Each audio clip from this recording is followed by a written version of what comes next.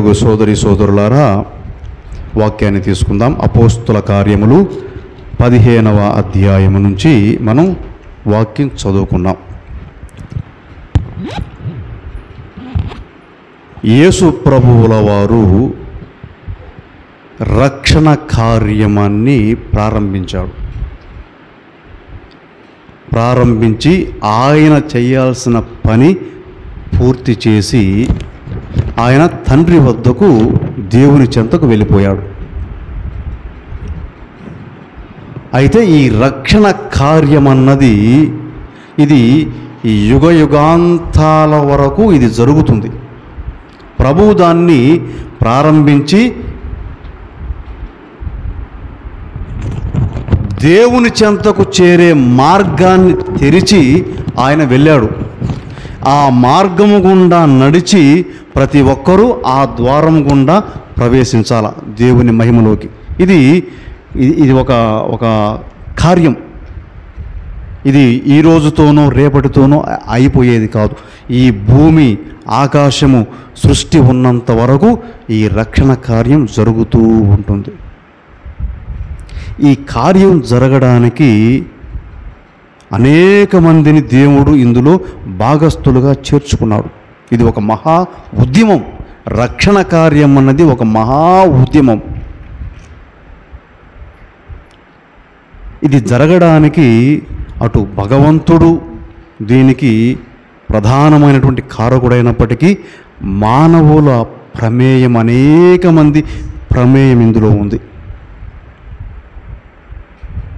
భాగస్వామ్యం ఉంది. దేవుడు మానవులతో కలిసి ఈ లోకాన్ని ఆయన విమోచించే కార్యం ఇది. అందులో భాగంగానే తన కుమారుణ్ణి ఒక మానవుడిగా పంపించాడు. అలా ఇది ప్రారంభం అయింది. యేసుక్రీస్తు ప్రభువుల వారు మానవ రూపంలో ఆయన చేసి ఒక మార్గాన్ని ఏర్పాటు చేసి ఆయన తండ్రి చెంతకు వెళ్తూ ఆ మార్గం గుండా నడిచే ఈ బాధ్యతని అపోస్తుల మీద పెట్టాడు. వాళ్ళు నడుస్తూ నలుగురిని ఆ ప్రభు మార్గం నడిపించాలి. ఇదే ఉద్యమం, దేవుని కార్యం. సరే, ఆ బాధ్యతని వాళ్ళు తీసుకున్నారు. 12 మంది తీసుకొని తలా ఒక ప్రాంతానికి వెళ్ళి దేవుని మార్గాన్ని బోధించేదానికి వాళ్ళు నిశ్చయించుకున్నారు. బాగానే ఉంది. ఆ కార్యము యెరూషలేముతో ప్రారంభించారు. ఈ 12 మంది అపోస్తలులు యెరూషలేములోనే సంఘాన్ని స్థాపించారు. పేతురు ప్రసంగించినప్పుడు ఎంతమంది మారు మనసు పొందారు? 3000 మంది. ఎక్కడా? యెరూషలేములో 3000 మంది మారు మనసు పొంది ప్రభువుని నమ్ముకున్నారు. సంఘం వారు ప్రతిరోజు దేవాలయంలో, తర్వాత వారి వారి గృహాల్లో కలుసుకుంటూ సహవాసంగా జీవించేవారు. సహవాసం అంటే పూజా బలి, రొట్టె విరచడము, అందరూ కలిసి పూజించడం, ఈ విధంగా చేసేవారు. ఈ విధంగా సంఘము రోజు రోజుకి పెరుగుతూ ఉంది. ఎక్కడా? యెరూషలేములో. అదే సమయంలో దేవుడు ఏం చేశాడు? యేసు ప్రభు పౌలు అనే ఒకరిని పిలిచాడు. వాడెక్కడో పరిసయుడు. వాణ్ణి తన అపోస్తలుడిగా పిలిచాడు. పిలిచి నువ్వు అన్యులకు సువార్తను ప్రకటించాలని వాణ్ణి పంపించాడు. ఈ పౌలు ఎక్కడికి వెళ్ళాడు అంటే ముందుగా అంతియోకు అనే ప్రాంతానికి వెళ్ళాడు. పౌలుతో పాటు ఇంకొక సేవకుడిని సేవకుడు కాదు, సహవాసుడు, తోటివాడు, తోటి పనివాళ్ళ సేవకుడు. ఎవరు?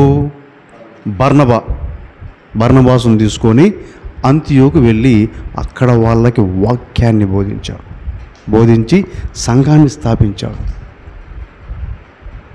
బాగా సంఘం పౌలు యొక్క వాక్యానికి, ఎందుకంటే యేసుక్రీస్తుని బోధించారు వాళ్ళు. ఆ విధంగా ఆ ప్రభువు యొక్క పని భలే బాగా జరిగింది. పరిశుద్ధాత్మ ఆ విధంగా ప్రతి మనిషి హృదయాన్ని ప్రేరేపిస్తూ అందరూ కూడా యేసుక్రీస్తును అంగీకరించడం ప్రారంభించారు. సంఘం బాగా స్థిరపడింది, బాగుపడింది. ఈ పరిస్థితుల్లో ఏమైంది? ఇప్పుడు మనం వాక్యం చదివాం. ఆ విధంగా ఉన్నప్పుడు ఏమైంది? ఇప్పుడు మనం వచనం తర్వాత వచనం చదువుకుందాం. యోదయ నుండి కొందరు మనుషులు అంతియోకునకు వచ్చి సోదరులకు మోషే చట్ట ప్రకారము సున్నతి పొందిననే తప్ప మీకు రక్షణ లేదు అని బోధింపసాగిరి. ఏమైంది? పౌలు బర్నబాసు అక్కడ అంతియోకులు సంఘాన్ని స్థాపించి దాన్ని బాగా నడిపిస్తూ ఉన్నారు. నడిపించి వారు వేరే ప్రాంతానికి వెళ్ళి, ఎక్కడికి తర్వాత వాళ్ళు సిలీషియా వెళ్ళారు, పెర్గా వెళ్ళారు, లిస్త్రా, దెర్బే ఇవన్నీ తిరుగుతున్నారు, సంఘాలు స్థాపిస్తున్నారు. సంఘాన్ని స్థాపించడం, ఆ సంఘాన్ని ఒక పెద్ద మనుషుల చేతికి అప్పగించడం, ఇంకో ప్రాంతానికి వెళ్ళి సంఘం ఇలా ఉన్నారు. అంతియోకులు అలా స్థాపించి వేరే ప్రాంతానికి వీరు వెళ్ళిపోయారు, పౌలు బర్నబాసు. ఇది అదనుగా చూసుకొని యోదయ నుండి కొందరు మనుష్యులు అంతియోకునకు వచ్చి, యోదయ అంటే యెరూషలేం,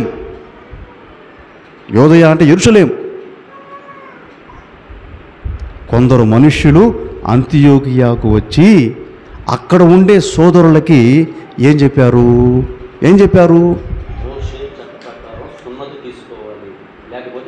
రక్షణ లేదు అని చెప్పారు. మోషే చట్ట ప్రకారము సున్నతి పొందితే గాని మీకు రక్షణ లేదు అని చెప్పారు. అప్పుడు ఈ అంతియోకియా సంఘస్థులు కాస్త అయోమయంలో పడ్డారు, అయోమయానికి గురయ్యారు. పౌలు బర్నబాసులు వచ్చి యేసుక్రీస్తునందు మీకు రక్షణ అని చెప్పి వాళ్ళు వెళ్ళారు. వీళ్ళు వచ్చి మోషే చట్ట ప్రకారం సున్నతి పొందితేనే మీకు రక్షణ అని వీళ్ళు అంటున్నారు. ఏమిటి, ఏది వాస్తవం, ఏది సత్యం అని కాస్త అయోమయానికి గురయ్యారు. వాళ్ళదేముంది పాపం, అమాయక జనం, ఎవరేం చెప్పినా నమ్మేస్తారు. విషయాన్ని పౌలుకి సమావేశం కబురంపించారు. ఇదిగో ఈ విధంగా వచ్చి బోధిస్తున్నారు, ఏం చేయాలి మేము? ఏమిటి వాళ్ళ బోధన? మోషే చట్ట ప్రకారము సున్నతి పొందిననే తప్ప మీకు రక్షణ లేదు. ఎవరు పొందాల సున్నతి? అందులోనే ఆ మాటలోనే ఒక సమస్య ఉంది. వాళ్ళు చెప్పిన మాటలోనే సమస్య ఉంది. మోషే చట్ట ప్రకారం సున్నతి పొందితేనే మీకు రక్షణ. మరి మోషే చట్టం ఏం చెప్తుంది సున్నతి విషయంలో? లేవియా కాండంలో మోషే ఇజ్రాయేలు ప్రజలకి ఒక చట్టం పెట్టాడు. ఒరే, మీరు యెహోవా దేవుని ఆశీస్సులు కావాలంటే మీలోని ప్రతి పురుషుడు సున్నతి చేయించుకోవాలా అని పెట్టాడు. అని ఒక చట్టం పెట్టాడు. కనీసం అలా అయినా వాళ్ళు దేవునికి దగ్గర అవుతారు, దేవుని మాట ప్రకారం నడుచుకుంటారన్న తలంపుతో. మరి పురుషులకి సున్నతి ఉంటే మరి స్త్రీల సంగతి ఏంటి? ఇప్పుడు సరే, ఆ చట్టాన్ని యూదులు పాటిస్తారు, ఓకే, బాగానే ఉంది, తప్పు పట్టం. దాన్ని యేసు ప్రభు తర్వాత వీళ్ళు ఒక సంఘంకి వచ్చి మోషే చట్ట ప్రకారం సున్నతి పొందితేనే నీకు రక్షణ అంటే, సంఘము అన్నప్పుడు అందరూ ఉంటారు, అందరూ స్త్రీ పురుషులు అందరూ ఉంటారు. మరి మోషే చట్టంలో సున్నతి పురుషులకే, స్త్రీలకు లేదు. మరి స్త్రీల సంగతి, ఒక సంఘంలో ఉండి స్త్రీలకు రక్షణ సంగతి ఏంటి? ఏమిటి అంటే ఆ మాటలోనే విరుద్ధం ఉంది, వైరుధ్యం ఉంది, వ్యతిరేకత ఉంది, దేవుని పట్ల వ్యతిరేకత ఉంది.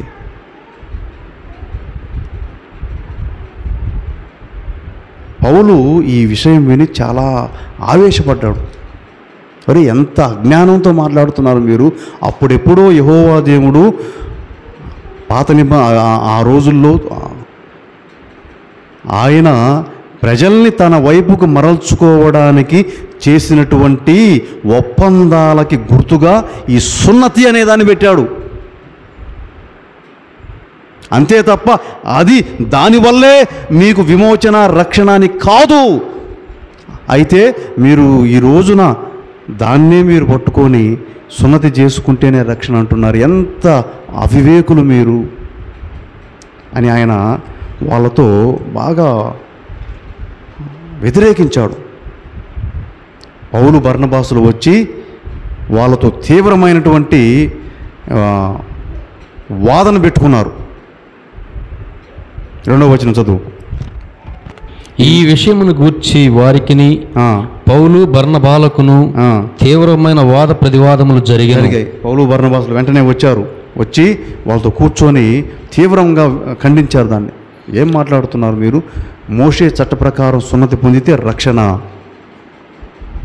మోషే చట్ట ప్రకారం సున్నతి పొందితే రక్షణ అంటే యేసు ప్రభువుల వారు ఆయన చేసిన త్యాగము, ఆయన మరణము, పునరుత్థానము ఇవన్నీ మీ దృష్టిలో ఇవన్నీ కూడా వ్యర్థమేనా అన్నట్టుగా పౌలుడు వారితో వాదించాడు.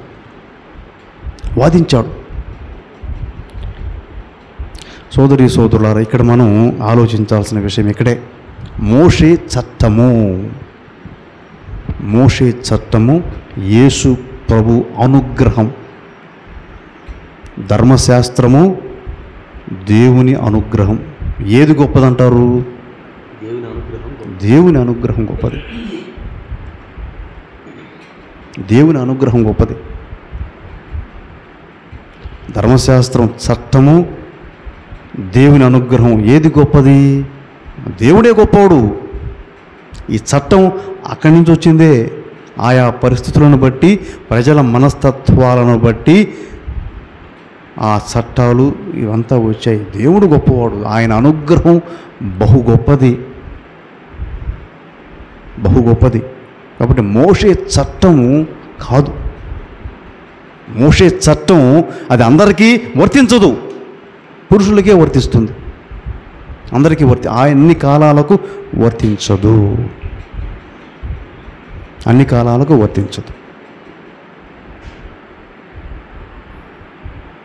మోషే చట్ట ప్రకారం సున్నతి పొందితేనే మీకు రక్షణ అన్నారు. ఈ రోజున కూడా చాలామంది చెప్తారు,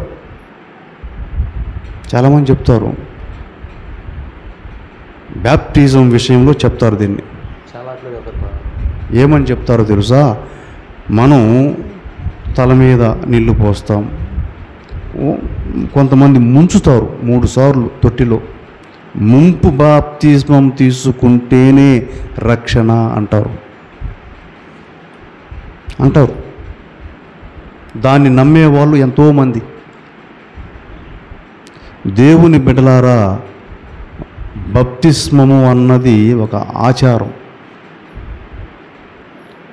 ఏ విధంగా యూదులకి సున్నతి అనేది ఉందో అది యూదుల వరకే, అందరికీ వర్తించదు. ఇప్పుడు మన ఊరి కట్టుబాట్లు ఉంటాయి. ఈ కట్టుబాట్లు ఈ ఊరికే కదా, వేటపాలెమంతా వర్తిస్తాయా? వర్తించవు. ఈ ప్రాంతం వరకే వర్తిస్తాయి. మా ఊర్లో కట్టుబాట్లు ఉన్నాయి. ఆ కట్టుబాట్లు తెచ్చి నేను ఇక్కడ చెప్తే అవి బాగుంటుందా? వర్తిస్తాయా? ఊరుకుంటారా మీరు? చెల్లవు. ఏ ఊరి కట్టుబాట్లు వాళ్ళకే. కాబట్టి ఈ సున్నతి అన్నది యూదులకు మాత్రమే. కాబట్టి రక్షణ పొందాలంటే సున్నతి చేయించుకోవాలి అన్నది అది చెల్లదు, వర్తించదు. యేసుక్రీస్తును నమ్ముకోవడం అన్నది అందరికీ వర్తిస్తుంది. భగవంతుని నమ్ముకోవడం అన్నది వర్తిస్తుంది తప్పితే నా ఇంటి ఆచారాన్ని నువ్వు పాటిస్తే నీకు రక్షణ అంటే అది చెల్లదు. ఇప్పుడు మన వాళ్ళ బోధలు అలా ఉంటాయి. మన వాళ్ళ బోధలు ఈరోజు అలా ఉన్నాయి. ముంపు బాప్తిస్మం తీసుకుంటేనే నీకు రక్షణ, తీసుకోకుంటే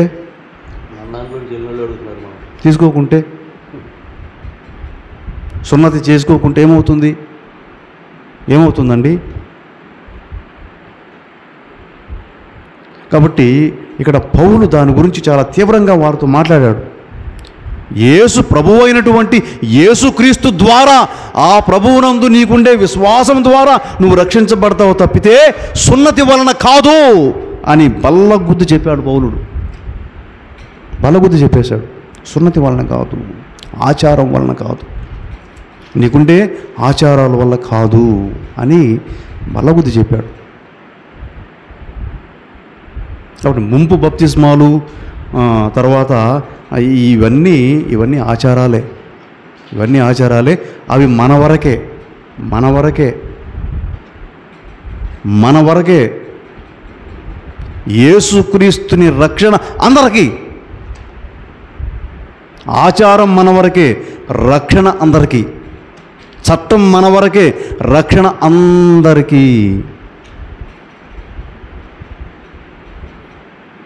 ధర్మశాస్త్రం మన వరకే, రక్షణ అందరికీ.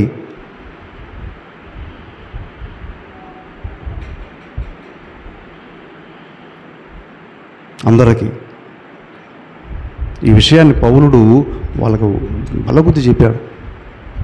ఆ యూదులకి చెప్పి, సరే మేము అందరం యెరూషలేము పోదాం, అక్కడ పెద్దలు ఉన్నారు కదా, అపోస్తులు ఉన్నారు కదా, వాళ్ళ దగ్గర విషయం తీసుకెళ్దాం, వాళ్ళు తీర్మానిస్తారు, ఏది అనేది వాళ్ళు తీర్మానిస్తారని చెప్పి అందరూ యెరూషలేము పోతారు. యెరూషలేము పోయినప్పుడు అప్పుడు మొదటి సమావేశం, మన క్రైస్తవ చరిత్రలో జరిగిన మొదటి సమావేశం అది. యెరూషలేము సమావేశం అంటారు. దేని గురించి? సున్నతి గురించి సమావేశం. ఏం తీర్మానం చేశారు అందులో అన్నది 11వ వచనం చదువు. ప్రభువైన యేసు అనుగ్రహము వలన రక్షింపబడుదురని మనము విశ్వసింతుము, అట్లే వారును రక్షణను పొందుదురు అనెను. అయ్యా యూదులారా, సున్నతి వలన కాదు, ఆచారం యూదులమైన మనకుంది సున్నతి చేయించుకోవాలని, కానీ రక్షణ పొందడం అన్నది ఎలా అంటే ప్రభువైన యేసు అనుగ్రహము వలన రక్షింపబడుదుమని మేము విశ్వసిస్తాము, అట్లే వారును రక్షణ పొందుదురు. ఇది తీర్మానం. కాబట్టి మోషే చట్టం సున్నతి కాదు, అది మీ వరకు ఉండొచ్చేమో ఆచారంగా, రక్షణ పొందడానికి అది కొలమానం కాదు అని తీర్మానం చేశారు. తీర్మానం చేసి పౌలుని బర్నబాస్కి ఇంకొక ఇద్దరిని జత చేసి అంత్యోక్యకు పంపిస్తారు. పంపించి, ఇదిగో ఓ సోదరులారా, పౌలుడు మీకు చెప్పినటువంటి సువార్తే యథార్థమైన సువార్త. ఇక్కడి నుంచి మీకు వచ్చి చెప్పినటువంటి వారు అబద్ధీకులు, వారి సువార్త అబద్ధము. కాబట్టి మీరు పౌలు బర్నబాసులు, వారు తర్వాత యోదాసు శిలాసు, వీళ్ళు చెప్తారు మీకు ఏమిటి అన్నది. యథార్థమైనటువంటి సువార్తను వీళ్ళు బోధిస్తారు మీకు. వారు చెప్పిందే పరిశుద్ధాత్మ ప్రేరణతో చెప్పబడుతున్నటువంటి సువార్త అని తీర్మానం చేశారు. ఆ విధంగా ఆ సంఘాన్ని బలపరిచారు. సోదరులారా, ఎప్పుడైతే అపోస్తలులు ఈ విషయాన్ని వాళ్ళకి చెప్పి ఈ నలుగురిని పంపిస్తారు అక్కడికి, పౌలు, బర్నబాసు, తర్వాత యోదాసు, శిలాసు, ఈ నలుగురిని అంతియోక్యకు పంపిస్తారు. వాళ్ళక్కడ ఈ విషయాన్ని వాళ్ళకి చెప్తారు. అప్పుడు వాళ్ళు ఆ సంఘం సంతోషపడతారు, ఈ అయోమయం నుంచి బయటకు వస్తారు. ఓహో, అది తప్పుడు సిద్ధాంతము, ఇది యథార్థము,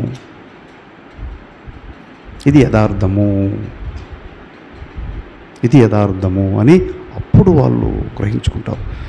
ఇప్పుడు ఈ రోజున మరి నువ్వు నేను సంఘం, దేవుని సంఘం, ఇది జరిగి 2000 సంవత్సరాలకు ముందు జరిగినటువంటి విషయం ఇది మరి ఈ రోజున మనం సంఘస్థులం, దీన్ని మనం జ్ఞాపకం చేసుకుంటున్నాం, చదువుకుంటున్నాం.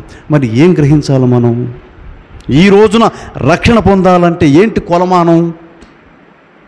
వారు ఆ రోజున రక్షణ పొందాలంటే ఇదిగో మోషే చట్టం ప్రకారం సున్నతి అని చెప్పి వాళ్ళు నమ్మి వాళ్ళు ఏదో చెప్పారు. అపోస్తలులు కాదు యేసుక్రీస్తునందు విశ్వాసమే రక్షణకు మూలమని వాళ్ళు ఈ రోజున ఆ యేసుక్రీస్తు సంఘంలో భాగమైన మనం రక్షణ పొందాలంటే ఏంటి అర్హత? దేవుని బిడ్డలారా, అంటే విశ్వాసం, నమ్మకం, విశ్వాసం.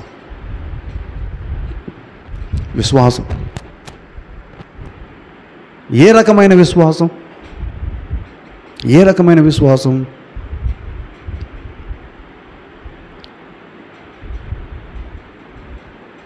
దర్శన గ్రంథంలో యోహానుకి ఒక దర్శనం కలుగుతుంది.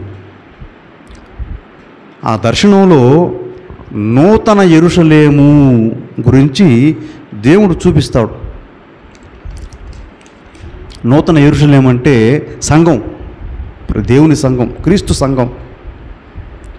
ఆ సంఘం ఎలా ఉంటుంది, దాని రూపురేఖలేంటి, అసలు దాని సంగతి ఏంటనేది మనం చదువుకుంటున్నాం. దర్శన గ్రంథం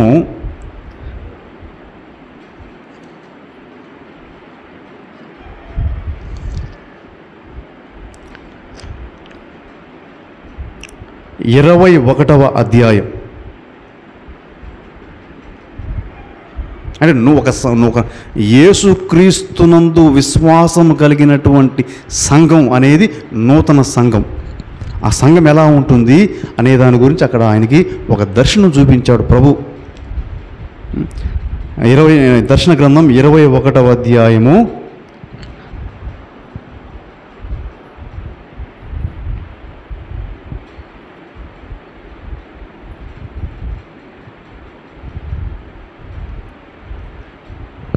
10వ వచనం నుంచి చదువు. అంతటా ఆత్మయందు ఆ దేవదూత నన్ను ఒక మహోన్నత పర్వత శిఖరమునకు చేర్చెను. దివ్యందుండి దేవుని నుండి దివ్య వైభవముతో వెలుగొందుచు దిగి వచ్చుచున్న పవిత్ర నగరముకు యెరూషలేమును నాకు అతడు చూపించి ఏం చూపించాడంట? యెరూషలేమును చూపించాడంట యోహానుకి.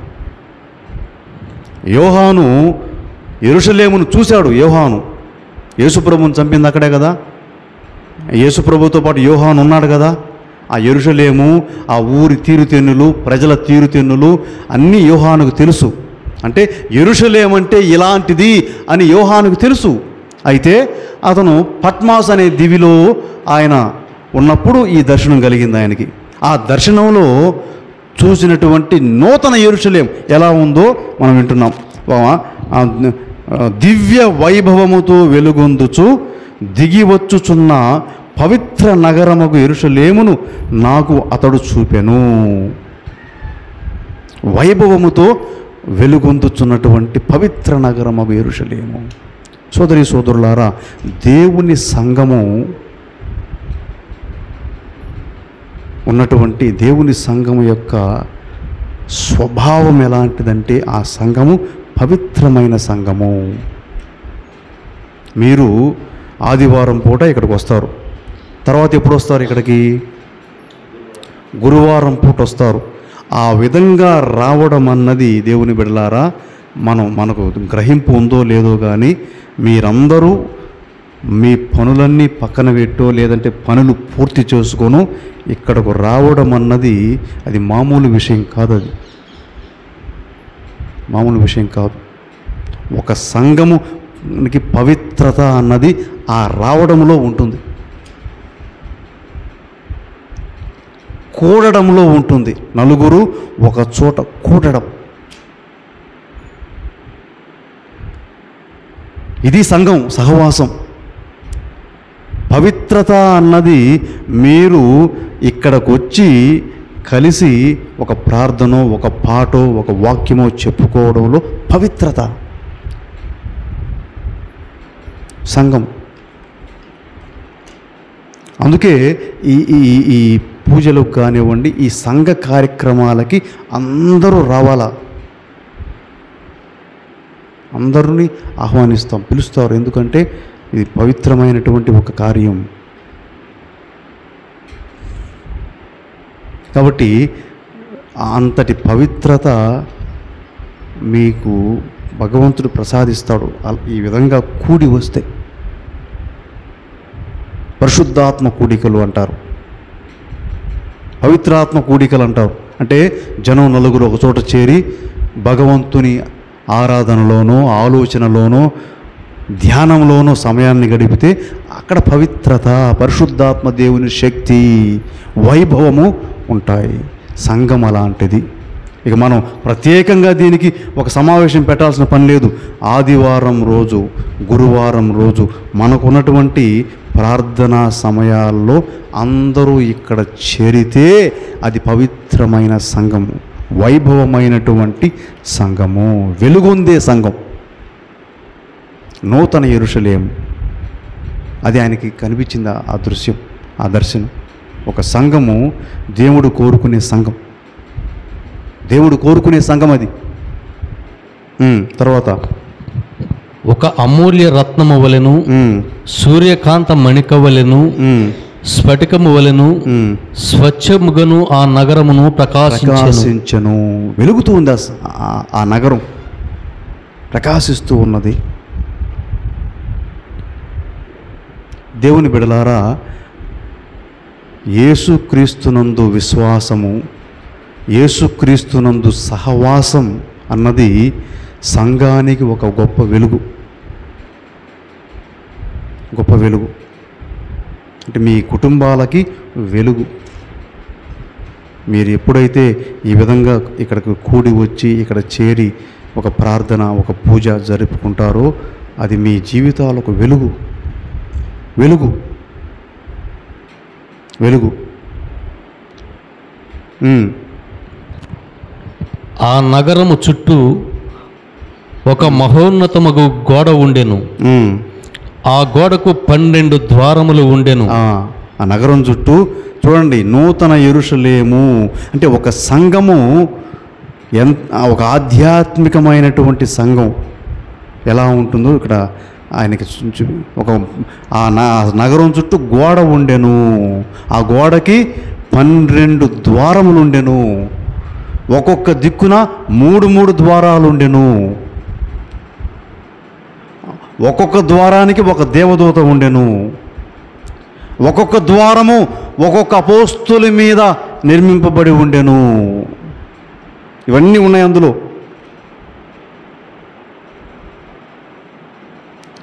ఇవన్నీ ఉన్నాయి, కొలతలు కూడా ఉన్నాయి. అంటే ఆ గోడ ద్వారాలు, దాని గోడలు, ఇవన్నీ ప్రతీది వివరంగా ఇక్కడ చెప్పబడింది, కొలతలతో సహా చెప్పబడింది. ఆ దేవదూత నగరమును తన కొలబద్దతో కొలిచెను. అది 1500 మైళ్ళ పొడవు, అంతే వెడల్పు, అంతే ఎత్తుగలదై ఉండెను. నగరపు గోడను కూడా కొలిచెను. అది మనిషిని కొలత చొప్పున 144 మూరలైంది. ఆ కొలత దూత కొలతలే. ఇవన్నీ ఒక సంఘము యొక్క విశిష్టత గురించి చెప్తూ ఉన్నాయి. ఆయన చూసిన దర్శనంలో ఆ గోడ ఎత్తు, గోడ పొడుగు, ఇవన్నీ కొలతలతో సహా ఇక్కడ రాయబడ్డాయి. అంటే ఏంటి దాని అర్థం?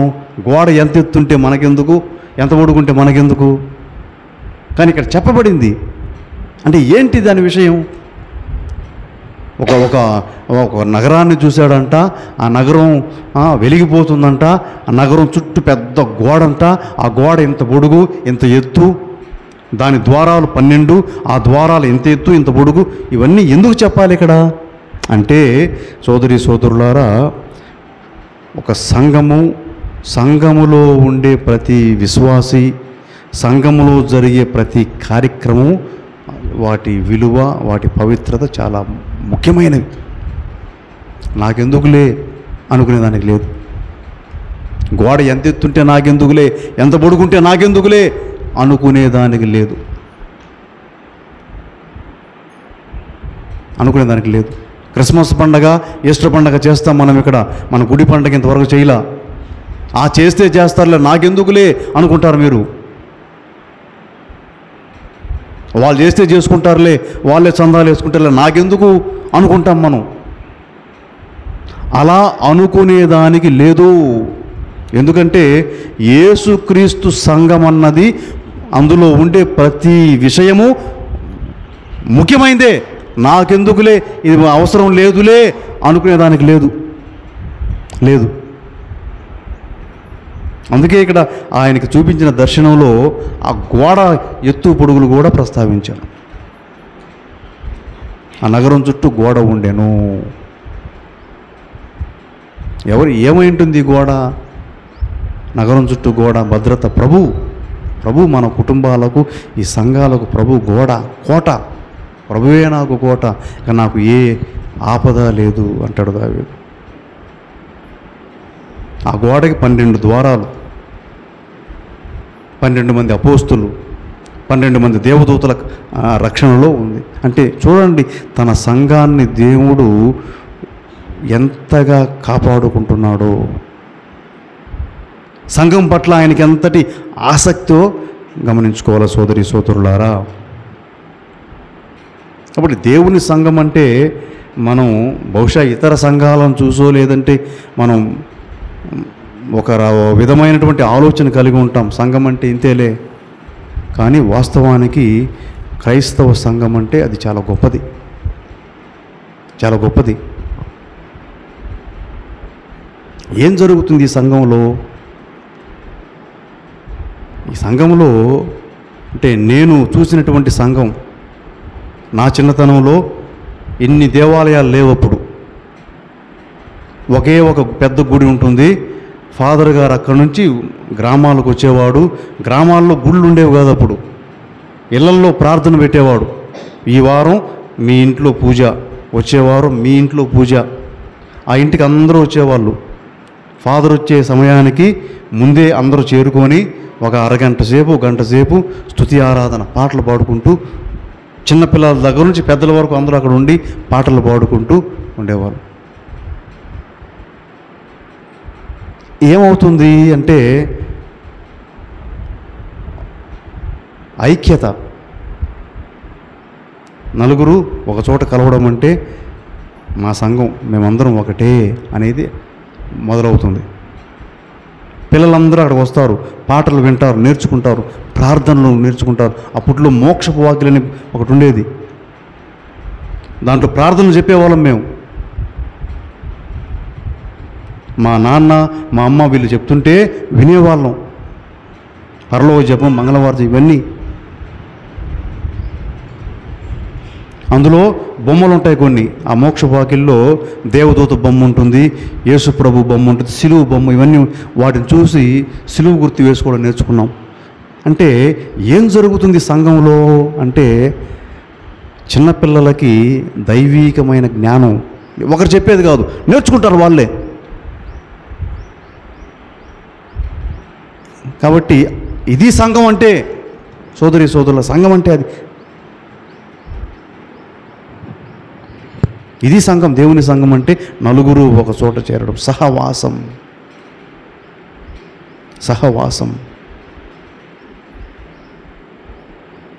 కాబట్టి ఈ సంఘంలో ప్రతి వ్యక్తి, ప్రతి విషయము ముఖ్యము. ఏది కూడా తీసివేసేదానికి లేదు. ప్రతిదీ దేవునికి ముఖ్యమైనదే. చిన్న వస్తువు దగ్గర నుంచి పెద్ద వస్తువు వరకు, చిన్న విషయం దగ్గర నుంచి పెద్ద విషయం వరకు అన్నీ ఆయనకు ముఖ్యమే. అన్నీ ఆయన భద్రతలో ఉండేవే, ఆయన ఆధీనంలో ఉండేవే.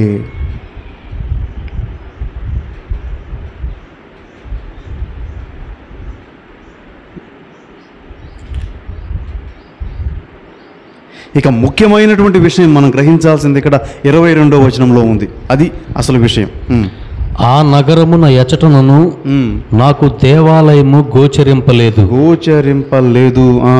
ఆ నగరమునకు సర్వశక్తిమంతుడైన దేవుడకు ప్రభువును గొర్రెపిల్లయను దేవాలయం కదా. ఇంత చూశాడు. చివరిగా ఈ పవిత్ర నగరమైనటువంటి యెరూషలేములో నాకెక్కడ దేవాలయం కనిపించలేదు అని రాశాడు. ఇది అసలు విషయం ఇక్కడ.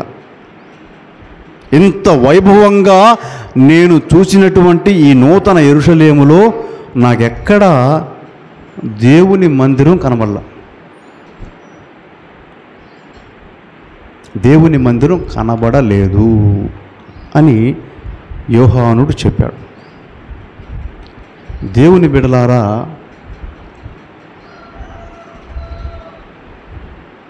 సంఘం అంటే దేవాలయం కాదు, సంఘం అంటే సహవాసం.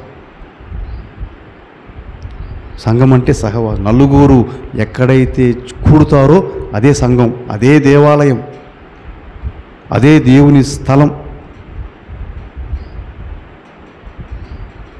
కాబట్టి ఒక వ్యక్తి రక్షించబడాలి అంటే కావలసింది సున్నతి కాదు, ముంపు బాప్తిస్మం కాదు. ఏం కావాలా? యేసుక్రీస్తునందు విశ్వాసం.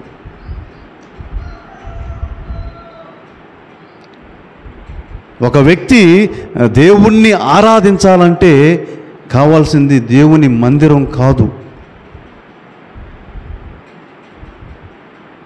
ఆ వ్యక్తికి ఆ భగవంతుని మీద నమ్మకం.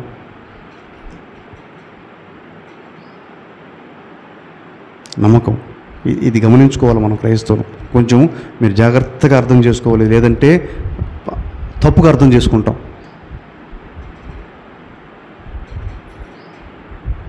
తప్పుగా అర్థం చేసేసుకుంటాం. ఆ దర్శనములో నూతన యెరూషలేమునైతే చూశాడు కానీ దేవాలయాన్ని చూడలా. లేదు. యేసు ప్రభువుల వారు దీనికి సంబంధించి ఒక ప్రవచనం చేస్తాడు. సమరయ స్త్రీతో మాట్లాడుతూ ఆమె అంటుంది, అయ్యా నువ్వు యూదుడివి కదా, మీరు యెరూషలేము దేవాలయంలో దేవుని ఆరాధిస్తారు, మేము సమరయులం, మాకు ఈ పర్వతం మీద మాకు ఒక దేవాలయం ఉంది, అక్కడ మేము దేవుని ఆరాధిస్తాం అని చెప్తుంది. అప్పుడు యేసు ప్రభు అంటాడు, అమ్మా నిజమైన ఆరాధికులు యెరూషలేములో కాదు, పర్వతం మీద కాదు, ఎక్కడ ఆరాధిస్తారంట? నిజమైన ఆరాధకులు ఆత్మయందును సత్యమందును తండ్రిని ఆరాధించు సమయము ఇప్పుడే వచ్చి ఉన్నది అంటాడు. ఇప్పుడు నిజమైన ఆరాధికులు తండ్రిని ఆరాధించు, ఎక్కడ ఆరాధిస్తారంటే ఆత్మయందు సత్యమందు ఆరాధిస్తారు, దేవాలయాల్లో కాదు. దేవాలయాల్లో కాదు. ఈ రోజున దేవాలయాలు ఉండొచ్చు, రేపు పొద్దున కూలిపోవచ్చు. ఆరాధన భగవంతునికి జరగాల్సింది విశ్వాస యొక్క హృదయములో జరగాల. ఇది శాశ్వతం.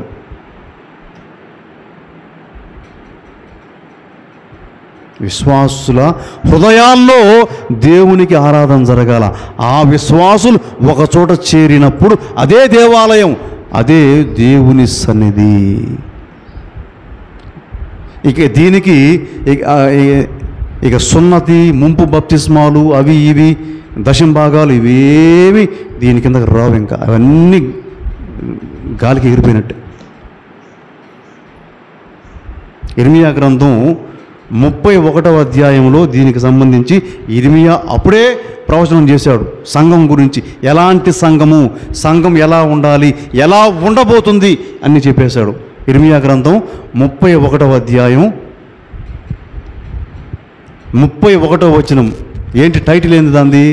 నూతన నిబంధన. నూతన నిబంధన. ఇర్మియా ఎప్పటివాడు? ఇర్మియా కాలం ఎప్పటి కాలం? యేసుక్రీస్తు రాకము దాదాపుగా 500 సంవత్సరాలు. అప్పుడే నూతన నిబంధన గురించి ఇర్మియా ప్రవచించాడు. నూతన సంఘం గురించి ప్రవచించాడు. ఆ నూతన సంఘంలోని విశ్వాసులు ఎలా ఉంటారో చెప్పాడు. చదువు ఆ వాక్యం.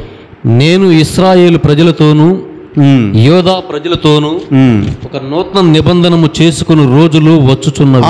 యా ఇశ్రాయేలులారా, యూదులారా, మీతో ఒక నూతన నిబంధన నేను చేసుకునే రోజులు వస్తున్నాయి. కాసేపు ఆగండి, వస్తున్నాయి. ఎలా ఉంటాయి? చదువు. కానీ అది పూర్వము నేను పితరులను చేతితో పట్టుకొని ఐగుప్తు నుండి వెలుపలికి తోడ్కొని వచ్చినప్పుడు వారితో చేసుకున్న నిబంధనము వంటిది కాదు. ఇప్పుడు మోషేతో నిబంధన ఈ సున్నతి గురించి దేవుడు చెప్పాడంటే ఎప్పుడు చెప్పాడు ఇది? ఎప్పుడో చాలా కాలం వీళ్ళు ఐగుప్తు నుంచి వాగ్దాత భూమికి పోయే ఈ క్రమంలో చెప్పాడు. నిర్గమకాండం అంటే వాళ్ళు లేవియ కాండము ఇవన్నీ కూడా వాళ్ళు ప్రయాణంలో ఉన్నారు. ఐగుప్తు నుంచి కానాను వాగ్దాత భూమికి పోయే ప్రయాణంలో ఇవన్నీ చెప్పాడు. 10 ఆజ్ఞలు కావచ్చు, అన్నీ అప్పుడు చెప్పినవే. ఇప్పుడు ఏమంటుంది వాక్యం? ఇర్మియా ఏమంటాడు? ఇప్పుడు చేసుకోబోయే ఈ నూతన నిబంధన ఐగుప్తు దేశము నుండి మిమ్మల్ని విడిపించేటప్పుడు నేను మీ పితరులతో చేసుకున్నటువంటి నిబంధన వంటిది కాదు. ఎలాంటిదంట? నేను వారికి ప్రభుడైనను వారును నిబంధనను మీరిరి. ఆ దినము వచ్చినప్పుడు నేను ఇశ్రాయేలు ప్రజలతో చేసుకుని నిబంధనమిది. ఇది నేను నా ధర్మశాస్త్రమును వారి అంతరంగమునుంతును వారి హృదయములపై లిఖింతును. నేను వారికి దేవుడు నగుదును, వారు నా ప్రజలగుదురు.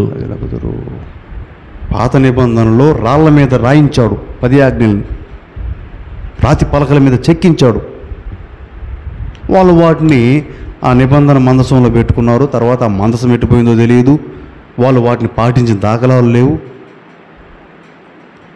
నూతన నిబంధన, నూతన సంఘం ఎలా ఉంటుందంటే నా ధర్మశాస్త్రాన్ని వారి అంతరంగాల్లో, హృదయాల్లో నేను లిఖిస్తాను.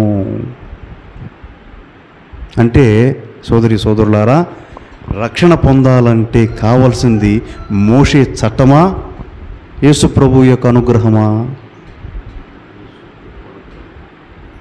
ఇర్మియా చెప్తున్నాడు, మీ పితరులతో ఐగుప్తు నుండి మీరు వాగ్దాత భూమికి పోయేటప్పుడు చేసుకున్నటువంటి నిబంధన లాంటిది కాదు ఇది. కాబట్టి మోషే చట్టం చల్లదు. రక్షణ పొందాలంటే మోషే చట్టం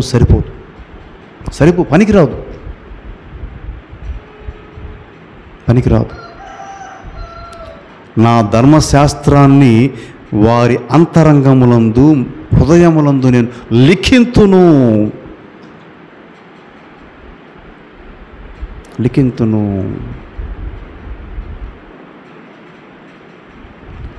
సోదరి అంటే విశ్వాసం మన హృదయాలలో, మనస్సులలో మనం దేవుని మీద కలిగి ఉండే విశ్వాసం.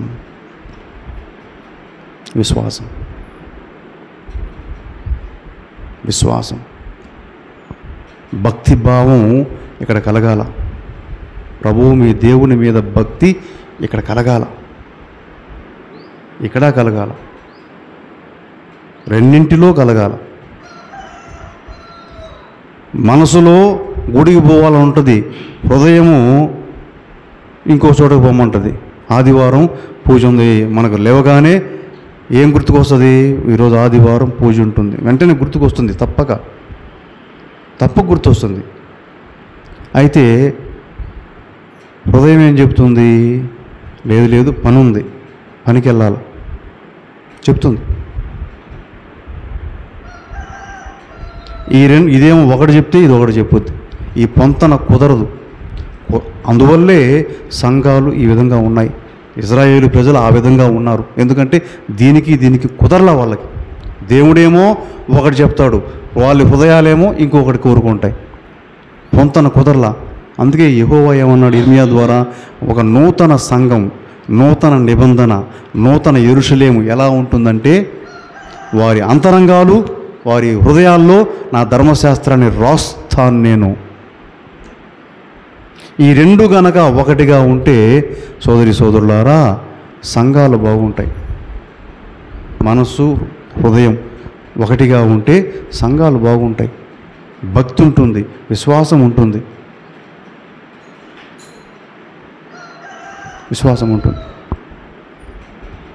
ఆ విధంగా మన హృదయాల్లో, హృదయాల్లో గనక విశ్వాసం అనే విత్తనాన్ని మనం పెట్టుకోగలిగితే వాడు అసలైనటువంటి క్రైస్తవుడు. వాడికి దేవాలయాలతో పని ఉండదు, సున్నతితో పని ఉండదు, బప్తిస్మాలతో పని ఉండదు. భగవంతుని పట్ల అపారమైనటువంటి భక్తిభావం ఉంటుంది. ఎందుకు? హృదయము మనసులో ఆ విశ్వాసం అనేది పెట్టుకున్నాడు కాబట్టి.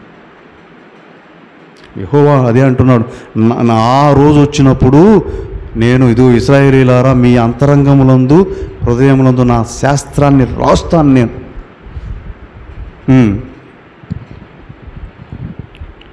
వారిలో ఎవడను తన పొరుగు వానికి దేవుని తెలుసుకున్నట్టును గూర్చి బోధింపక్కరలేదు.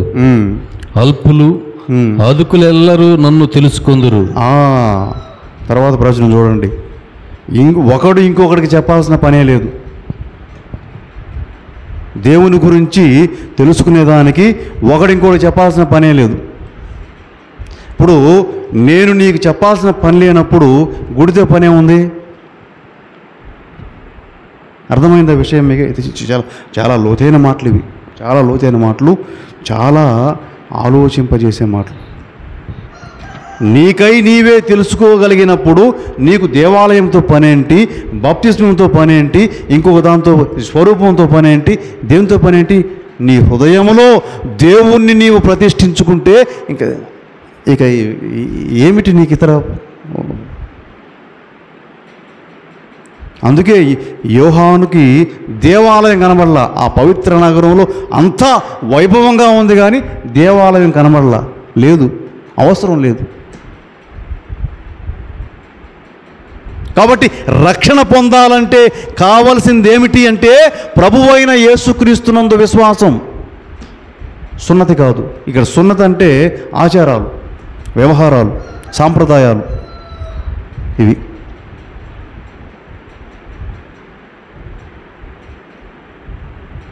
యేసుక్రీస్తునందు నువ్వు జ్ఞానస్నానం తీసుకుంటేనే నీకు రక్షణ. లేకుంటే ఈ రోజున సువార్త బోధించబడుతుందండి, నువ్వు యేసుక్రీస్తును నమ్మి విశ్వసిస్తే నీకు రక్షణ, జ్ఞానస్నానం తీసుకుంటే రక్షణ, రా నిన్ను నీటిలో ముంచి బ్యాప్తిజం తీసుకుంటే రక్షణ అంటారు. తీసుకోకుంటే క్రైస్తవులు కాని వాళ్ళందరూ తీసుకోలేదు. మరి వాళ్ళ రక్షణ లేదా? వాళ్ళకి దేవుడు లేడా? ఏంటి మనం గ్రహింపేంటి? ఆలోచించాలి దేవుని బిడ్డలారా. రక్షణ పొందాలి అంటే భగవంతుని మీద విశ్వాసం, భగవంతుని శాస్త్రం మన హృదయాల్లో మనసుల్లో రాయబడి ఉండాలి.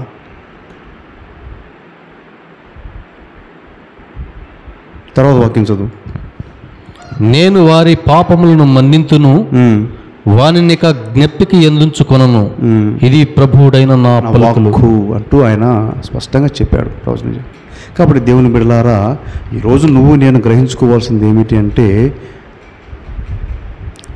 రక్షణ పొందాలి అంటే మనకు కావలసింది విశ్వాసము, నమ్మకము. ఎవరి మీద? ఇది మళ్ళా ఇంకొక ప్రశ్న. ఎవరి మీద? ఎవరి మీద నమ్మకం ఉండాలి? యేసుక్రీస్తు అన్నది పేరు. యేసుక్రీస్తు యేసు అన్నది పేరు, క్రీస్తు అన్నది బిరుదు, అభిషిక్తుడు అని అర్థం. ఎవడి మీద? ఏ భగవంతుడు? ఈ స్పష్టత ఉండాలా. ఏ భగవంతుడి మీద? నీ భగవంతుడి మీద. నువ్వు కొలిచే నీ దేవుడి మీద నీకు అపారమైన భక్తి భావం ఉండాల. ఆ దేవుడికి నువ్వు ఏ పేరైనా పెట్టుకో, ఆ భగవంతుడికి నువ్వు ఏ పేరైనా పెట్టుకో. ఏం పేర్లు ఉన్నాయి భగవంతుడికి? యేసుక్రీస్తు అనేది పేరు కాదండి, అది దేవుడికి. యేసుక్రీస్తు అన్నది మానవ రూపంలో ఉన్నటువంటి ఆయన ధరించిన యేసు అనేది నామం. భగవంతునికి పేర్లు ఉండవు. మనం క్రైస్తవులం కాబట్టి యేసుక్రీస్తు అని మనం అట్లా చెప్తాం. మనకు తెలియదు, ఆ విధంగా చెప్పడంలో ఉండే విషయం మనకు తెలియదు. వాక్యంలో కూడా ఉంది, ప్రభు అయిన యేసుక్రీస్తునందు విశ్వాసం నిన్ను రక్షించడని ఉంది. ఏంటి ఆ మాటల్లోని అర్థం? అంటే భగవంతుని యందు విశ్వాసం.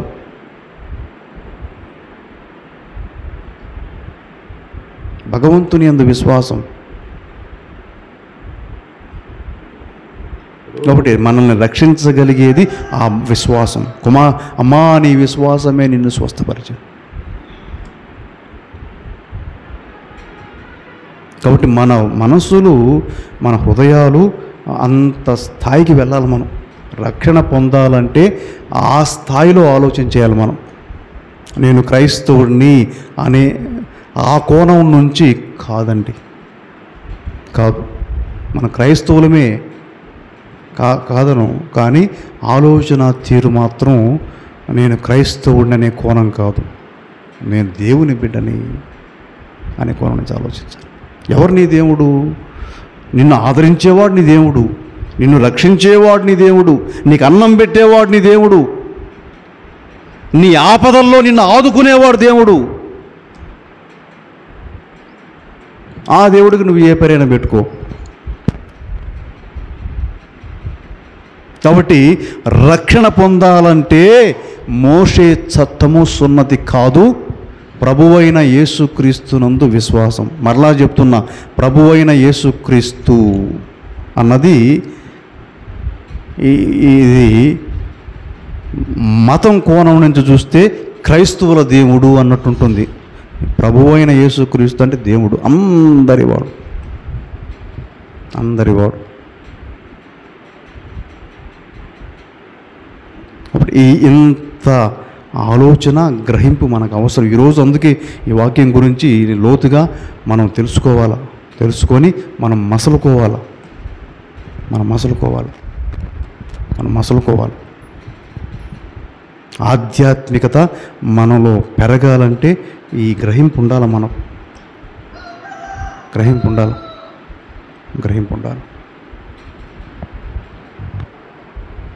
ఆ యూదుల్లాగా వేరే ప్రాంతానికి వెళ్ళి రక్షణ పొందాలంటే నువ్వు సున్నతి చేయించుకో అంటే వాళ్ళు తంతారు. ఈరోజు మనోళ్ళు పోతారు కదా, ఎక్కడో ప్రాంతానికి వెళ్ళి వాళ్ళేదో ప్రశాంతంగా వాళ్ళ పూజలు వాళ్ళ ఆచారాలు చేసుకుంటుంటే ఇటు ఆడకు పోయి మైకి పెట్టుకొని వాక్యం చెప్తాడు. ఎవరు అడిగారు నిన్ను?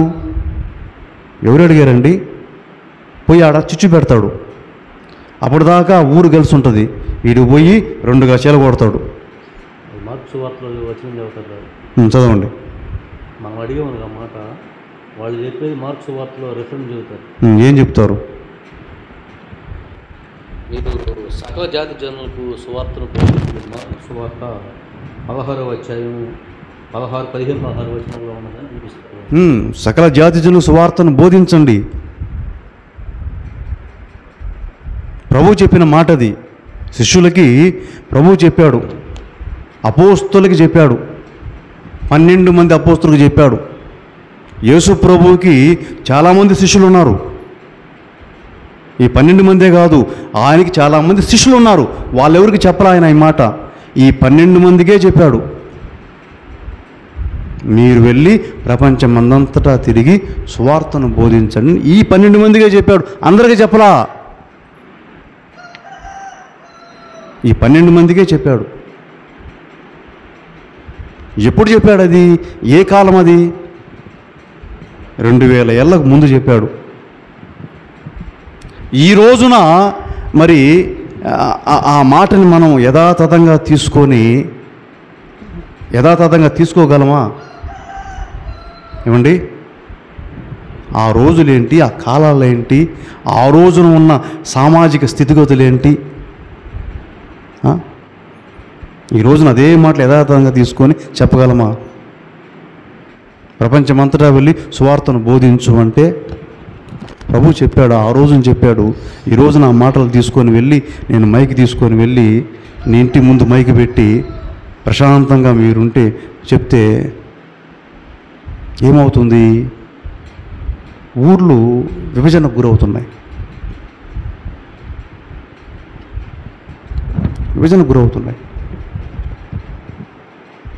బాగున్న ఊరిని మనం విభజిస్తున్నాం. బాగున్న కుటుంబాలని విభజిస్తున్నాం. ఒక కుటుంబంలో భార్య ఒక సంఘానికి, భర్త ఒక సంఘానికి. ఏమిటి అవసరం?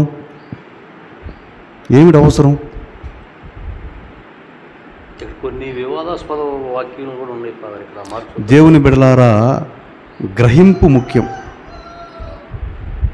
గ్రహింపు ఏ పరిస్థితుల్లో, ఏ సందర్భంలో, ఏ ప్రజలకి ఇవన్నీ పరిగణలోనికి తీసుకోవాలా మనం.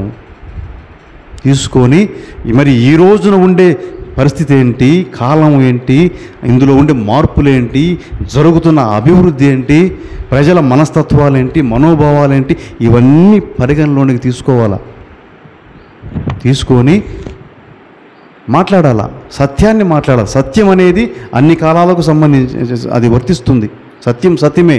ఈరోజైనా 10,000 సంవత్సరాలకు ముందైనా సత్యం సత్యమే. దాన్ని చెప్పొచ్చు, తప్పులేదు. దాన్ని చెప్పొచ్చు, తప్పులేదు. దాన్ని చెప్పొచ్చు. ట్రూత్ చెప్పొచ్చు. ఏమని? సూర్యుడు తూర్పున ఉదయిస్తాడు చెప్పొచ్చు.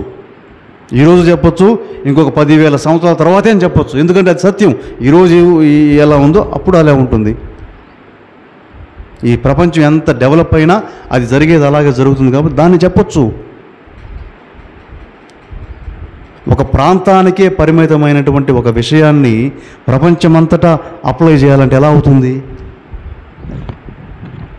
ఎలా అవుతుంది? మీరు చెప్పే మాటలు మార్క్స్ వార్త 16వ వచనంలో కొద్దిగా మాకు కొన్ని డౌట్ ఉంది ఫాదర్, అది క్లారిటీ చేస్తాను. ఏం లేదండి, అదే కదా చెప్తున్నాం. ప్రపంచమందంతటా వెళ్ళి సువార్తను బోధించండి అని ఆయన చెప్పింది తన అపోస్తలులకి, ఈ 12 మందికే చెప్పాడు. అది అపోస్తలులకి. తర్వాత యేసుప్రభువు మాట్లాడిన మాట ఏంటంటే, ఖచ్చితంగా మీరు విశ్వసించి జ్ఞాన స్నానం పొందువాడే రక్షింపబడును, అవును, విశ్వసింపని వాడికి దండం తీర్చబడును. అంతే. విశ్వసించి జ్ఞాన స్నానం పొందువాడు రక్షించబడును, విశ్వసింపని వానికి దండన విధించబడును అని ఉంది, వాక్యంలో ఉంది. యేసు ప్రభువే చెప్పాడని వ్రాయబడి ఉంది. అంటే ఏంటి ఆ మాటల్లో అర్థం? ఏమిటి ఆ మాటల అర్థం? ఏ విధంగా అర్థం చేసుకోవాలి వాటిని? మీరు వెళ్ళి పితా పుత్ర పవిత్ర ఆత్మ నామమున జ్ఞాన స్నానం ఇవ్వండి అన్నాడు. అంటే ఒక ఆచారం వాళ్ళకి చెప్పాడు ప్రభు, ఒక ఆచారాన్ని చెప్పాడు. ఆచారం ద్వారా ప్రజల్ని సత్యం వైపు నడిపించండి అంటే దాన్ని అది ఒక చిన్న మాటే, దాంట్లో వివరణ ఇంత ఉంటుంది. వివరణ దేవుని వాక్యం అంతే కదా. ఇప్పుడు యేసు ప్రభు ఎంతో చేశాడు, అన్నీ రాయబడలేదు, ఇక్కడ చెప్పబడలేదు. చదువరి గ్రహించుకోవాలా. కాబట్టి వాక్యములో ఒక మాటకి ఇంత అర్థం ఉంటుంది, వివరణ ఉంటుంది. దాన్ని మనం ఆ పరిస్థితులకి అనుగుణంగా మనం ఆ వాక్యం సరిపోతే దాన్ని మనం చెప్పాలా.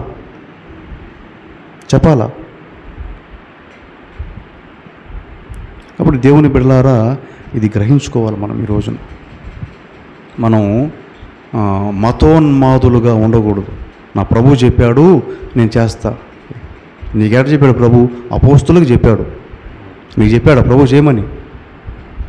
అపోస్తులకు చెప్పాడు.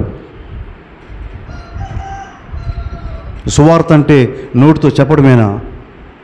ఒక సహాయం కూడా కావచ్చు కదా. సువార్త అంటే సహాయం కూడా అయ్యుండొచ్చు కదా, సేవ కూడా అయ్యుండొచ్చు కదా.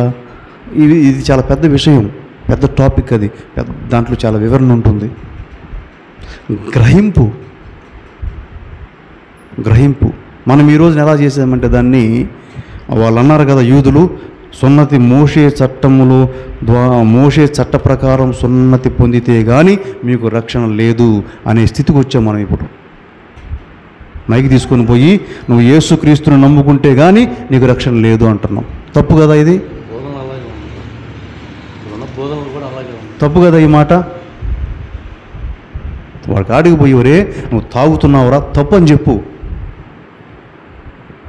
అది చెప్పు. ఒరే నువ్వు ఈ విధంగా అక్రమ సంబంధం పెట్టుకున్నావురా, తప్పు, అది చెప్పు. అది చెప్పరు. యేసుక్రీస్తుని నమ్ముకుంటే నీకు రక్షణ. వీళ్ళు చెప్పారు కదా, మోషే చట్ట ప్రకారం సున్నతి పొందితే నీకు రక్షణ. దేవుని బిడ్డలారా, గ్రహింపు చాలా ముఖ్యం. గ్రహింపు చాలా ముఖ్యం. యేసుప్రభు పదే పదే చెప్పేవాడు ఈ మాట, వినుటకు వీలులున్నవాడు వినుగాక అని చెప్పేవాడు ఆయన.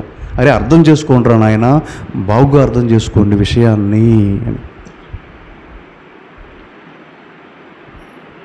ఈ రోజున అంటే మనం ఈ సమాజాన్ని ఎలా తయారు చేశామంటే, క్రైస్తవుడు అంటే ఒక శత్రువుగా చూస్తున్నారు అందరూ. ఒక సంబంధం కుదరదు, ఇల్లు అద్దెకి ఎవరు అంటే ఇదంతా మనం చేసుకున్నదే.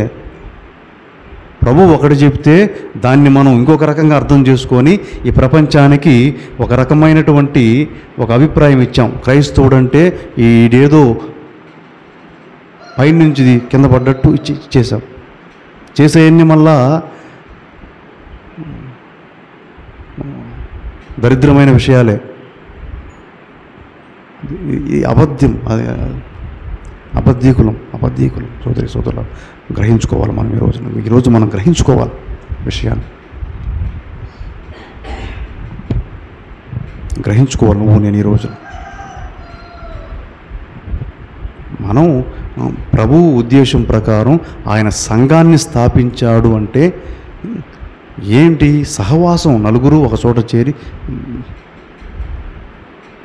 జీవించండి, దేవుణ్ణి ఆరాధించండి, ఈ రకంగా సంఘస్థాపన, ఆధ్యాత్మికంగా బ్రతకండి అనేదానికి ఈ రకంగా ప్రభువు చెప్తే ఈ రోజున మనం దాన్ని ఒక మతంలాగా మార్చేసి నా సంఘం అని చెప్పి ఆ సంఘం అని ఈ సంఘం అని రకరకాలు పెట్టేసి మైకులు తీసుకొని వాళ్ళ దగ్గరికి వెళ్ళి, హైందవ సోదరులు ఉంటారు, వాళ్ళ దగ్గరకు వెళ్ళి మనం వాళ్ళతో ఎందుకు చెప్పాలి మనం ఈ విషయాలు? సోదరుల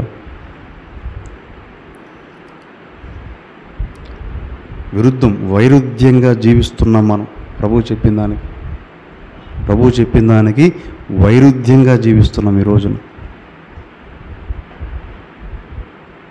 కాబట్టి మనం ఆలోచన చేసుకోవాలి. సంఘస్థులుగా మనం రక్షణ అన్నది ఇది కూడా చాలా పెద్ద విషయం. రక్షణ అన్నది చాలా పెద్ద మాట, పెద్ద సబ్జెక్ట్ అది. ఒక్కొక్క మతం ఒక్కొక్క రకంగా మాట్లాడుతుంది దాని గురించి. మన కోణం నుంచే మనం మాట్లాడుతూ అందరినీ మా కోణమే అంటే తప్పు కదా. అది వీళ్ళు చెప్పినట్టే అవుతుంది. మోషే చట్ట ప్రకారం సున్నతి పొందితేనే నీకు రక్షణ అన్నట్టు అయిపోతుంది చివరికి మన బోధనంతా.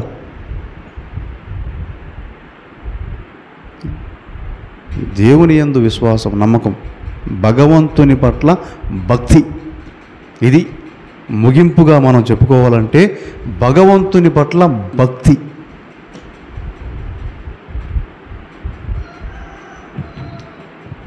మనకు కలిగినటువంటి మేలును బట్టి, అద్భుతాలను బట్టి, మనం పొందిన సహాయమును బట్టి మనం యేసుక్రీస్తును నా దేవుడు అనుకుంటున్నాం. అలాగే ఇతరులు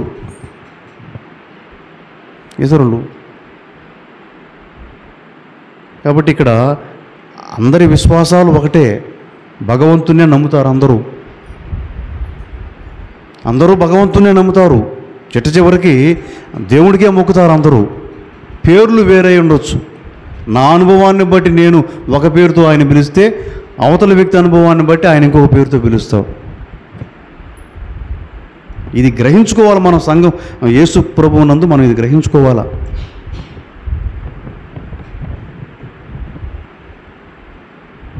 కాబట్టి దేవుని బిడలారా, ఇంతటి పరిపక్వత, విశ్వాసం, మన భక్తి భావం, దాన్నే ఇంకో మాటలో విశ్వాసం, నమ్మకం ముఖ్యం. నీ దేవుళ్ళు ఎవరు, నీ దేవుడు అన్నది ఇక నువ్వు తీర్మానించుకోవాలా. నీ దేవుడు ఎవడు అన్నది నువ్వు తీర్మానించుకొని ఆ దేవుని పట్ల భయభక్తులు, విశ్వాసం కలిగి ఉండాలి. ఆ విశ్వాసం, భక్తి కలగడానికి ఈ ప్రార్థనలు, గుడులు, గోపురాలు, దేవాలయాలు, పూజలు, పునస్కారాలు ఇవన్నీ ఉంటాయి.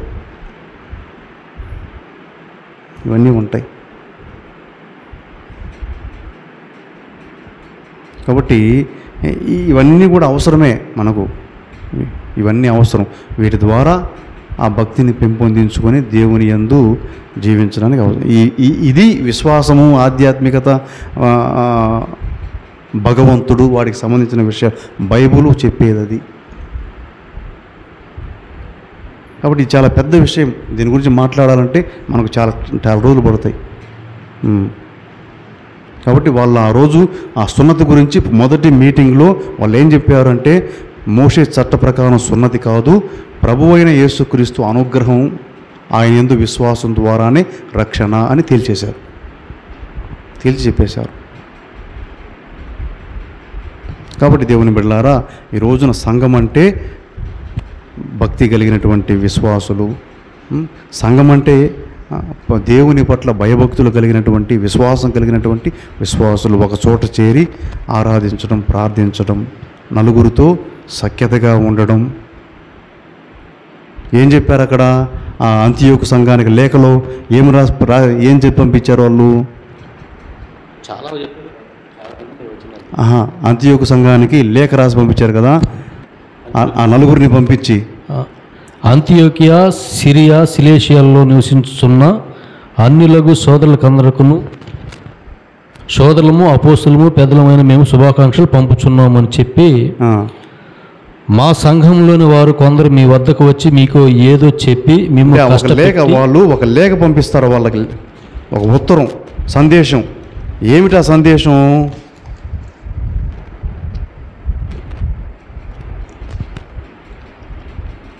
ఏమిటా సందేశం వాళ్ళు పంపించింది? నేను చెప్తాను చూడండి. ఏం పంపించారు అందులో? ఆ ప్రజలు ఉత్తరమును చదువుకొని ఏం చదివారు? ఏంటి ఆ ఉత్తర్వులు? 28వ వచనం. చాలా ఉన్నాయి అవి. 28వ వచనం ఈ గతంలో కూడా నేను చెప్పాను. ఈ అవసరమైన నియమములు తప్ప వేరే భారమును దేనిని మీపై పెట్టరాదని పవిత్రాత్మకును మాకును తోచినది కనుక విగ్రహములకు అర్పింపబడిన ఆహారమును మీరు భుజింపకుడు. సువార్త వాళ్ళకి ఏంటి సువార్త?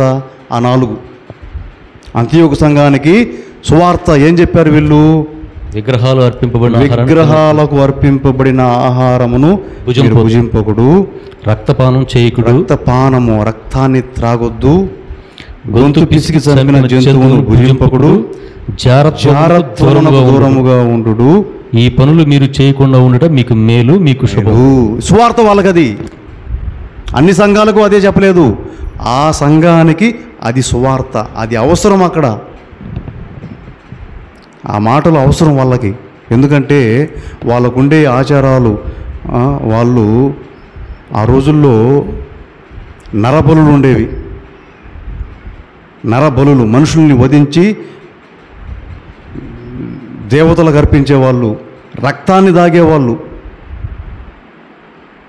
ఈ రకమంగా కొన్ని వాళ్ళకి ఆచారాలు ఉండేవి. అయ్యా అవి కాదు, అవన్నీ తప్పు, మీరు చేయాల్సింది ఏంటి అంటే ఇవి చేయండి. ఏం చేయాలి? జారత్వం వద్దు. అంటే జారత్వం అంటే అంటే మంచి క్యారెక్టర్ లేకుండా ఉండడం, జారుడు స్వభావం. ఏ వైపుకైనా జారిపోతాడు. ఒక స్థిరత్వం లేకపోవడం, ఒక భార్య ఒక భర్త అనేది కాదు, ఏ స్థిరత్వం లేకుండా ఉండడం, నచ్చినట్టు అంటే విచ్చలవిడిగా ఉండడం. జారత్వం అంటే విచ్చలవిడిగా ఏ వైపుకైనా వెళ్ళిపోతాడు, ఎక్కడికైనా పోతాడు, ఏమన్నా చేస్తాడు, ఏమన్నా మాట్లాడతాడు. జారత్వం ఒక పద్ధతి, ఒక హద్దు అనేది లేకుండా ఉండడం, జారత్వం వద్దు. విగ్రహాలకు అర్పింపబడిన ఆహారం తినొద్దు. జంతువుల్ని వధించి, మనుషుల్ని వధించి ఆహారంగా పెట్టేవాళ్ళు తినొద్దు. రక్తం త్రాగొద్దు. గొంతు పిసికి చంపిన జంతువుని తినొద్దు. అంటే హింస చేయొద్దు. ఇది సువార్త వాళ్ళకి, ఆ సమాజానికి అది సువార్త.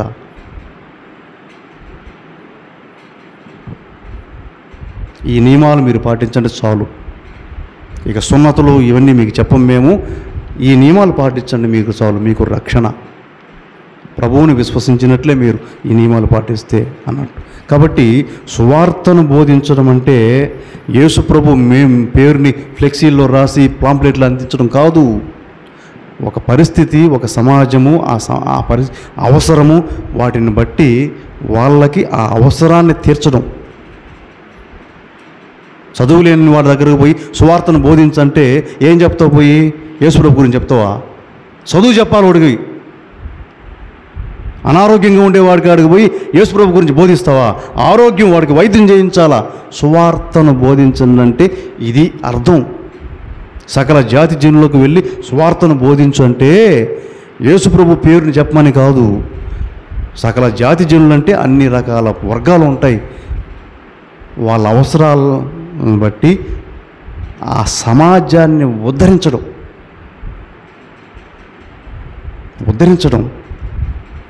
విమోచించడం. అసలు ఎవడు చెప్తాడు ఈ పాస్టర్లకి? ఇవన్నీ చదువుకుంటారా ఇల్లు? స్వార్థను బోధించడం అంటే బైబిల్ పట్టుకొని పోయి 10,000 పెట్టి మైక్ కొనుక్కొని చెప్పడమా? ఎవడికి కావాలండి? ఎవడికి చెప్తావు నువ్వు? నా ఇంట్లో బాగలేదు చూపి వచ్చి, నా ఇంట్లో మనిషి క్యాన్సరు వచ్చి చూపిడు మళ్ళా. మా ఇంట్లో మాకు అప్పుల సమస్యలు ఉన్నాయి తీర్చు, మా పిల్లలు చదువుకునే దానికి వసతి లేదు ఒక స్కూల్ కట్టించు. సువార్త సేవ.